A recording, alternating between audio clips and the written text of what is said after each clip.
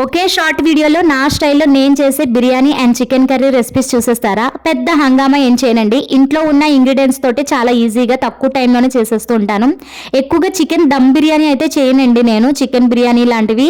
ఎందుకంటే పిల్లలు ప్లెయిన్ బిర్యానీ ఇష్టపడతారు. సో మనిషికి ఒక రకం చేయాలి అంటే అందులోని సండే టైంలో పిల్లలందరూ ఇంట్లో ఉన్నప్పుడైతే అస్సలు అవ్వదు కదా. సో అందుకనే బిర్యానీ కర్రీస్ ఎప్పుడు కూడా మ్యాక్సిమం సపరేట్గానే చేస్తూ పెడుతూ ఉంటానండి. మా పిల్లలకైతే చాలా ఇష్టం ఇలా చేసినప్పుడు. 2 పూట్ల చక్కగా తింటారండి. అయితే మీరు ఫస్ట్ టైం బిర్యానీ తిన్నప్పుడు అది ఇంట్లో బిర్యానీ తిన్నారా లేకపోతే హోటల్ బిర్యానీ తిన్నారా?